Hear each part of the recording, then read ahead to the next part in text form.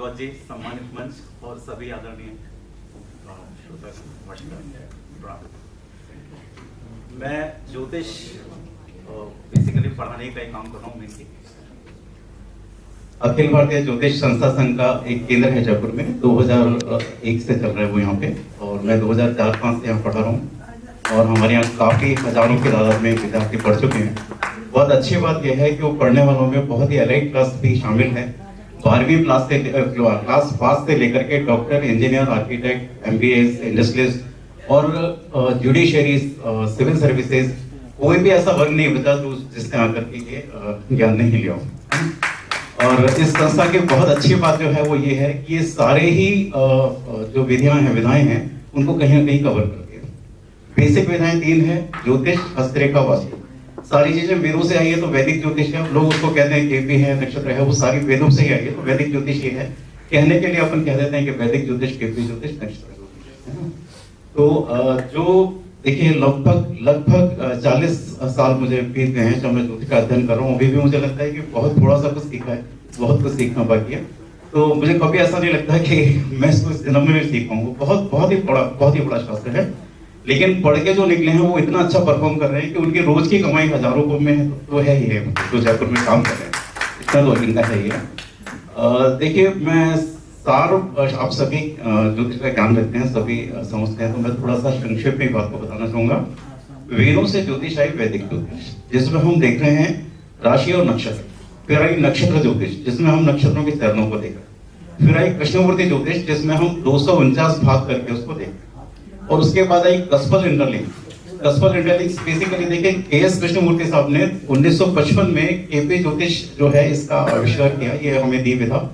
तो लोगों ने इसे बहुत दबाया, उठने नहीं दिया, क्योंकि उनके सारे जो क्लाइंट्स थे वो डाइवर्ट होते, ऐसा सब होता, तो उन्होंने उसको प्रमोट नहीं किया। लेकिन वो इतनी सटीक थी कि लोग धीरे धीरे उसको देखते चले गए। बहुत लंबे समय से केपी ज्योतिष की मैं प्रैक्टिस कर रहा हूँ और इसमें रूलिंग प्लैनेट काम में आते हैं। तो मुझे याद नहीं पड़ता कोई प्रेडिक्शन इसमें कराते हो, सारे प्रेडिक्शन इसमें सही ही जाते हैं। फिर भी अब जो समय आ गया है, इसमें लोग जो है वो टेस्टिंग के पर्पज से और किसी बहुत क्लियर नहीं होते उनके क्वेश्चंस के बारे में, तो ये बात आती है कि कहीं रूलिंग प्लैनेट्स में कहीं मतलब प्रश्न भी आता है लोगों का कि रूलिंग प्लैनेट तो साहब ऐसे कैसे आप 1 से 249 का नंबर लोगे और आंसर आ जाएगा। मुझे भी बहुत ही आश्चर्य होता था इस बात पे, लेकिन जब मैंने प्रश्न देखे तो वो उत्तर बराबर मिले। मैंने अपने बेटे का प्रश्न देखा, मेरे बहुत सारे जनों के प्रश्न देखे, वो बिल्कुल बराबर मिलते हैं। 1 से 249 के बीच का आप नंबर लेते हो और जब उसको देखते हो और अगर उसका आंसर यस आता है तो बराबर मैच करता है। तो विकल्प देखने में, चीजों में बहुत अच्छा इसका प्रयोग होता है। तो इसके बाद जो कस्पल इंटरलिंक आई वो के भास्करन साहब ने दी, वो मदुरई से हैं। उन्होंने काफी सारी किताबें लिखी है और मैंने मदुरई से पूरे सेट्स मंगाए, उनको पढ़ा। और उसके बाद एक देवास से नंदकिशोर अग्रवाल जी थे, उन्होंने अग्रवाल पद्धति दी। उसमें उन्होंने इसका, वो इन दोनों के शिष्य थे। देखिए, KS कृष्णमूर्ति के शिष्य थे के भास्करन साहब और कृष्णमूर्ति पद्धति, इन दोनों की अध्ययन किया नंदकिशोर अग्रवाल जी ने। और उन्होंने एक अग्रवाल पद्धति दी, उसमें उन्होंने सुबह से शाम में होने वाली घटनाओं को देखना बताया। तो वो दादा के नाम से मशहूर हुआ, देवास से थे वो। और मैं पहला सम्मेलन उनका देवास में अटेंड करने गया। जयपुर में वो राज परिवार को यहाँ पढ़ाने आते थे और यहाँ पे मतलब बहुत से क्लाइंट उनके रहे। बहुत गरीबी में उन्होंने समय बताया। जब लोगों को उनका पता चला तो लोग उनसे 1.5 से 2 लाख रुपए पर डे उनको देके बुलाने लगे। अब तो वो नहीं रह गए, लेकिन वो उन्होंने एक किताब लिखी है अग्रवाल पद्धति पे। वो किताब में कुछ चीजें छूटी हुई है, तो उनके जो शिष्य थे उन्होंने पूरा उसका नोट्स को छपा के और बाजार में बेच दिया। तो अभी वो नोट्स उपलब्ध है। जो भी ज्योतिष के ज्ञाता हैं, जो भी केपी ज्योतिष कर रहे हैं, उनके पास वो किताबें निश्चित रूप से होगी। और नहीं तो वो पूछ सकते हैं, मैं बता दूंगा। ये वो पूरी जो उन्होंने पढ़ाया था, वो ऐसे बैठा के पढ़ाते थे, वो सारी किताबें अवेलेबल है, मतलब नोट्स अवेलेबल है, आप ले सकते हैं। तो वैदिक ज्योतिष नाम से नहीं, वो तो आपको चलिए, वो जिन स्टूडेंट्स ने उनको उनके लिखाए हुए को पब्लिश किया वो मैं बता दूंगा। तो हमने देखा कहां से शुरू हुई बात, वैदिक ज्योतिष, केपी ज्योतिष, कस्पल इंटरलिंक और फिर ये एपी। तो यहाँ पे चल रहे हैं। अब देखिए, ज्योतिष में हम बहुत प्रेडिक्शन देते हैं और हम सरकार से बहुत लेवल पे बहुत बातें कहते हैं, हमारे को प्रायोरिटी नहीं दी जाती, उन्हें भरोसा नहीं होता कि ये बात पूरी सही होगी। और मैं दावे के साथ कह सकता हूँ, कोई भी ज्योतिषी ऐसा 100% प्रेडिक्ट नहीं कर सकता कि ये जैसे हो जाएगी। कुछ केसेस में करते, कुछ केसेस में नहीं करे, ये पॉसिबल। और यही वजह है कि ज्योतिष को प्राथमिकता नहीं दी जाती। लेकिन कोई जमाना था, कोई समय था जब ज्योतिषी हर बात को 100% कह सकता था। तो वो विधा जो है वो डेवलप की थी नंदकिशोर जी ने। तो वो यहाँ पे बहुत लोग जो उनसे पढ़े हैं वो इस बात को जानते होंगे। जब वो जयपुर सिटी पैलेस के पंडितों को पढ़ाने आते थे तो मैं उनके साथ बैठ के पढ़ता था। हम 5-7 जने होते थे और मैंने उनसे वो लंबे समय तक पढ़ा। लेकिन अब वो शांत हो गए नहीं है। लेकिन वो विधा जो है उसको संभालने के लिए भी आपको भगवान का वो आशीर्वाद होना चाहिए। मुझे नहीं लगता कि मुझे वो आशीर्वाद मिला कि मैं उस लेवल पे देखूं कि रास्ते चलते आप बता दो कि 10 मिनट में होगा, 20 मिनट में होगा, ये वो बता देते और कुंडली से बता देते, कोई ऊपर की विद्या नहीं। आप जब देखोगे वो एक्सप्लेन करते थे कुंडली बना के या कंप्यूटर पे कि देखो ये इधर मूव कर, ये लगन, ये फोन बजेगा, फोन बज जाता था। इतनी एक्यूरेसी से हमने उनको देखा तो हमें कॉन्फिडेंस आ गया कि साइंस को अपना टाइम देना मतलब एक अच्छी बात है। हमने पूरा टाइम दिया साइंस को, अच्छी तरह से दिया और मैं बहुत दिल से पढ़ाता हूँ और पता नहीं अभी तक हजारों विद्यार्थी पढ़ चुके हैं। बहुत ही हम लाभान्वित होते हैं इस बात से कि ज्योतिष इतना बड़ा शास्त्र है और मुझे बड़ी खुशी होती है कि इतने हाईली एजुकेटेड लोग इसको पढ़ने आ रहे हैं। सिविल सर्विसेज के लोग, एक आदमी के अंडर में 2-3 हजार लोग काम करते हैं, वो क्लास में बैठ कर पढ़ रहे हैं। सोचिए आप क्यों पढ़ने आते होंगे। वो अपनी बातें, अपने परिवार की बातें सबसे शेयर नहीं कर सकते। उसके अलावा बहुत अच्छे पंडित उनको नहीं मिलते। मुझे मौका मिला बहुत अच्छे सीनियर लोगों से मिलने का जयपुर में, जो जयपुर का पूरा कमान संभालते हैं। लेकिन वो सब बहुत बड़ी बातें करते हैं ज्योतिष, प्रेडिक्शन कुछ नहीं होता। बहुत बड़ी बातें करते हैं, हम ये कर देंगे, हमने वो किया। 10 में से 1 प्रेडिक्शन सही चला गया, उसको कोट करते रहेंगे सब जगह, और बाकी जो 9 फेल हो गए इनके बारे में कोई बातचीत नहीं। ठीक है, तो ये बहुत बड़ी एक बात है। तो ज्योतिष में बहुत अनुसंधान की, रिसर्च की आवश्यकता है, इस बात में कोई भी शक नहीं है, कोई भी दो राय नहीं है। ठीक है ना। अब हम क्या करते हैं, इसका निदान क्या हो। पहली तो बात है कि हम इस जो इनकरेक्ट जाती है चीजें, उनका निदान क्या हो। दूसरा, जो समस्या सामने है उसका समाधान क्या हो। इन 2 चीजों पर मैंने काफी काम किया। भगवान की दया कि मुझे पढ़ाने का मौका मिला, तो मैं पढ़ते ही रहा तो मुझे पढ़ने का अवसर मिला, तो वो समझ में आया। संक्षेप में शेयर करता हूँ आपसे। जब आप कोई प्रश्न देखते हो, कोई कुंडली आपके सामने आई है, तो आप उस कुंडली में देखिए 1 मिनट का फर्क तो मिल ही सकता है, डॉक्टर्स भी नोट नहीं कर सकते। तो आप उसके साथ साथ प्रश्न कुंडली बना लीजिए। प्रश्न कुंडली तो आप सब जानते हैं, आज्ञा बन जाएगी। संभव हो तो 49 की कुंडली बना लीजिए। ठीक है, उसके बाद आप उसका हाथ देख लीजिए, हाथ में आपको दिखेगा, टैली होती दिखेगी, दशाएं आपको टैली होती हुई दिखेगी। उसके बाद आप लक्षण ज्योतिष ले लीजिए, आपका उत्तर 100% सही जाएगा, इसकी उम्मीद की जाए, इसकी 100% उम्मीद की जाए।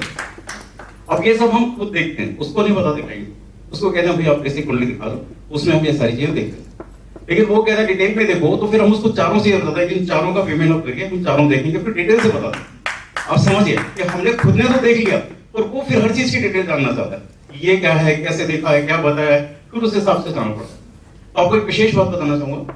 जब बहुत से आश्चर्यजनक बातें मेरे जीवन में हुई, तो उसमें से 2-3 बातें बता रहा हूँ सर, 2-4 मिनट का समय। ठीक है, तो जब मुझे पहली बार बोला गया कि ज्योतिष पढ़ाना है, तो मैंने कहा कि ये मेरे बस की बात नहीं है, मुझे संस्कृत नहीं आती, मेरे को बहुत कम ज्ञान है, मैं नहीं कर पाऊंगा। तो मेरे स्टूडेंट ने बोला कि नहीं सर, एक बार आप कॉलेज देख लीजिए, आप करेंगे तो हम कर लेंगे। मैंने तय किया कि मैं मना कर दूंगा, मैं ये काम नहीं करूंगा। तो हम लोग कॉलेज देखने गए, संत जयाचार्य कॉलेज है शास्त्री नगर में, और मैंने तय किया वो था कि मेरे को मना करना है। हम कार में बैठ के वापस चले, तो उन्होंने पूछा कि सर ये कैसा लगा आपको कॉलेज।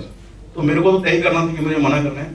इतने में जैसे उन्होंने पूछा, राइट साइड से बहुत बड़ा सुंदर सा एक हाथी आया, बिल्कुल बाजू से आया। मैंने कहा तो आदेश हो गया, दक्षिण ज्योतिष जब आपने पढ़ी है तो आपको समझ में आ गया कि तो आदेश है। मैंने कहा आदेश हो गया, मेरा कुछ सही नहीं। हमारे पहले बैच में 120 एडमिशन हुए जयपुर, और जयपुर के जो प्रतिष्ठित पंडित हैं, जिनका पीढ़ियों से नाम है, वो अपने बच्चों का हाथ पकड़ के लाए, मेरे हाथ में दे गए कि साहब ये बच्चा ऐसा आपके हाथ। आप सोचिए, उन्होंने इस बात पर गौर नहीं किया मैं कौन हूं, क्या हूं। उनको मालूम था कि आईपास क्या है, अखिल भारतीय ज्योतिष संस्था संघ क्या है, 150 केंद्र हैं, 80 से काम कर रहा है, पहली सॉफ्टवेयर इन्होंने बनाई है, उनको मालूम था कि क्या चीज। और उन्होंने वहां पे वो इतने एडमिशन, तो बहुत अच्छा ये संस्था है, एक ये है जहाँ पे हम इसकी शिक्षा दे पा रहे हैं।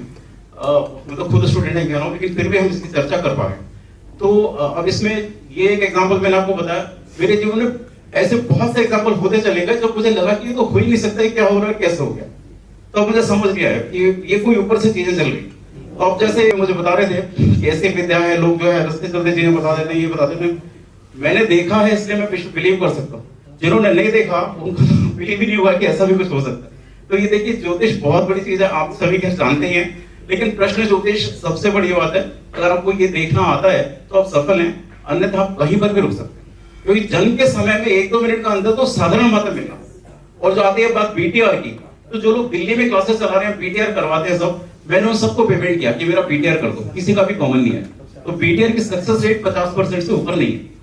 तो आपको प्रश्न कुंडली पे जाना चाहिए। प्रश्न कुंडली में आपके कंप्यूटर का टाइम कहाँ मिला रहता है, सैटेलाइट से मिला रहता है, उसमें कोई गलती होने की संभावना नहीं, किसी भी तरह की संभावना नहीं। और आप बहुत सटीकता से उस पर जा पाते।